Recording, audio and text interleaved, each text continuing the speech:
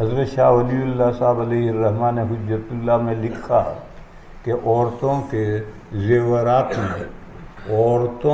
زیورات میں یعنی جن زیورات کو عورتیں پہنتی ہیں بکس میں رکھے ہیں وہ نہیں، جن زیورات کو عورتیں پہنتی ہیں عورتوں کے ان زیورات میں زکوٰۃ نہیں ہے۔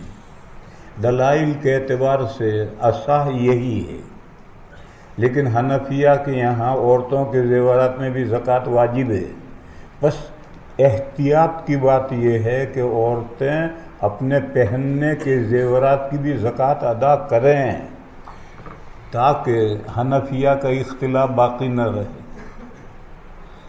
یہ شاہ صاحب نے لکھا ہے کہ دلائل کے اعتبار سے تو یہ ہے کہ جو عورتوں کے زیورات سے طلباء کو غلط فہمی ہوتی ہے، جو انہوں نے بکسن بنا کر رکھ رکھے ہیں، جسے نہیں پہنتی یا کبھی سال میں ایک آدھ مرتبہ پہنتی ہیں، وہ عورتوں کے زیورات نہیں ہیں۔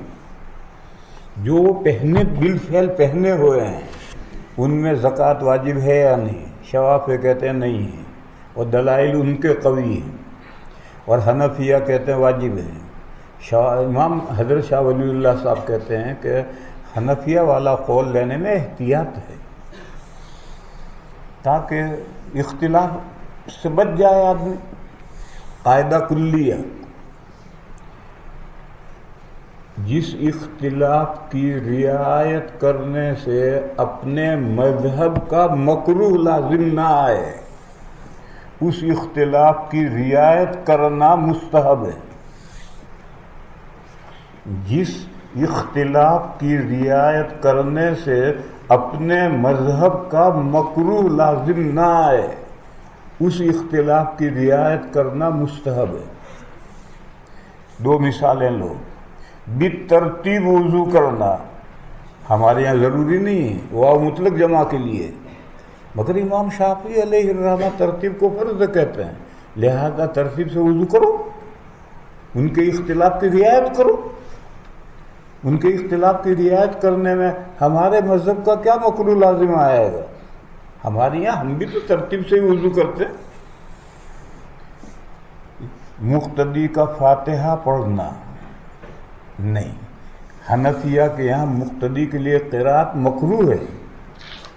بس اگر ہم امام شافعی رحمۃ اللہ علیہ کے اختلاف کی رعایت میں مقتدی ہونے کی حالت میں فاتحہ پڑھیں گے تو مذہب کا مکروہ لازم آئے، یہاں اختلاف کی رعایت نہیں۔ قاعدہ سمجھ لو پھر، فقہا میں جس مسئلے میں اختلاف ہو جائے یا حدیثوں میں جس مسئلے میں اختلاف ہو، وہاں اگر ہم اختلاف کی رعایت کریں اور اس رعایت کرنے میں مذہب کا کوئی مکروہ لازم نہ آئے تو ایسا اختلاف کی رعایت کرنا مستحب ہے۔